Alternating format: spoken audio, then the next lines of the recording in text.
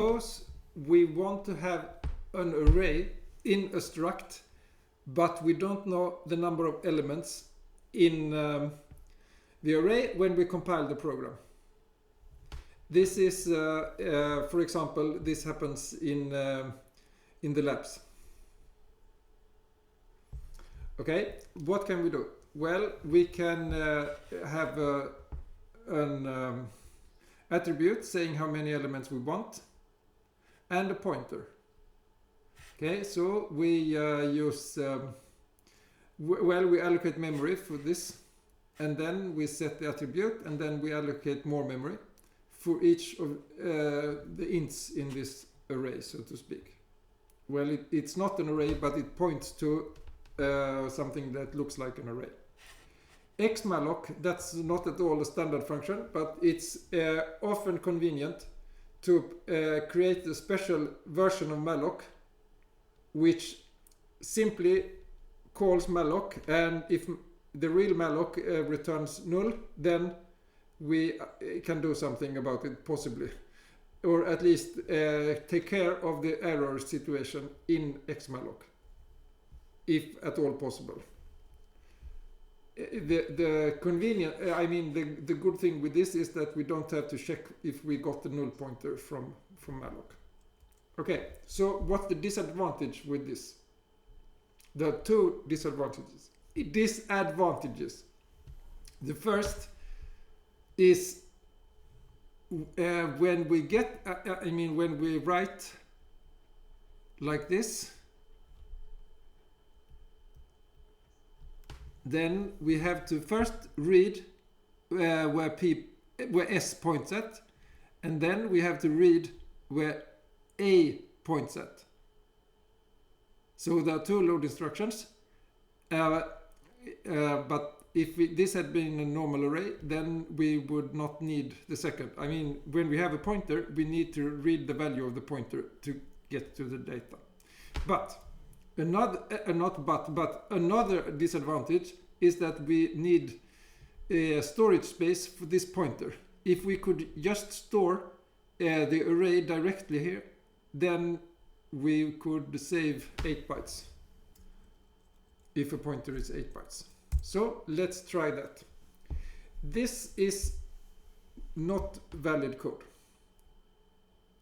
Well, the first part of this is valid, but not how we use it.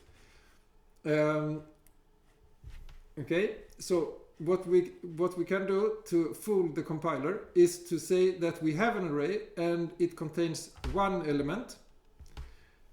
Okay, and then we want still we wanted an array with n ints.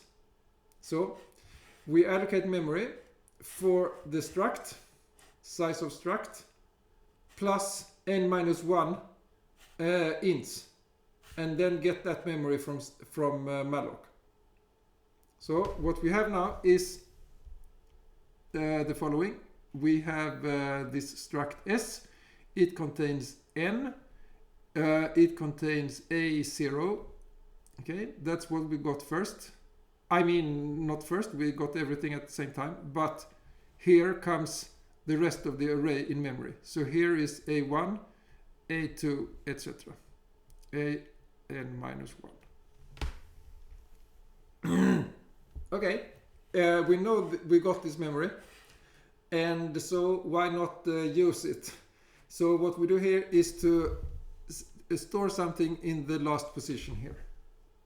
The only problem is that even if we know this probably works, it's still undefined behavior because we are outside this array.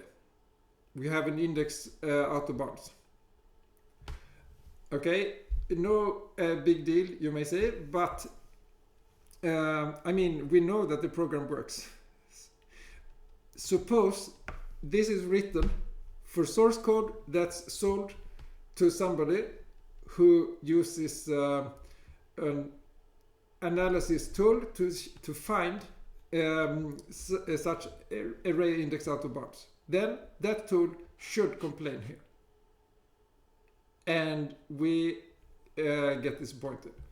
Okay, So this is called the struct hack in the C standard, and it was, so to speak, everyone knows it works, but any tool is allowed to complain. So it's not a good thing.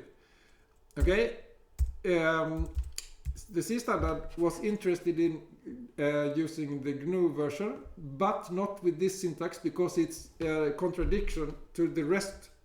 I mean, not all of it, but to other paragraphs in the standard, which says that an array can never have 0 elements. Okay, so what they did was to introduce this syntax, namely the last member of a struct can have an empty dimension. Okay, that means there can only be one such. This is called a flexible array member. There can only be one such, and it cannot be the only attribute in the struct. Okay, so here it is, flexible array member. And how does this work? Well, we allocate the same amount of memory as before. Now we have n instead of n-1, so this is more convenient. And now we can use this. So we avoid storage for the pointer, and we avoid one load instruction. This only works for heap allocated structs. Otherwise it would be too complicated for the compiler.